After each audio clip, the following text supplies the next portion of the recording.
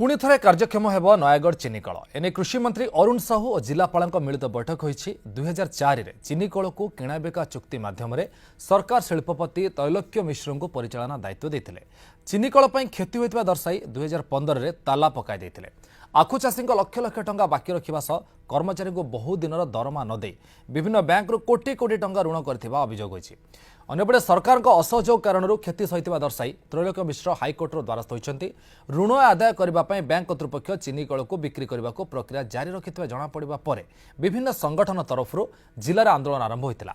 एपरिक जिला बंद डाकर में दिज्व पर आलोचना कृषिमंत्री प्रस्ताव देते चिनिकलर वर्तमान स्थिति संपर्क में 7 दिन मध्य रिपोर्ट देवाई परिचालन निर्देशक को मंत्री निर्देश देते चिनिकल परिसर यंत्रांश चोरी रोकवा सह चिनिकल चालू समस्त पदक्षेप नि मंत्री कहते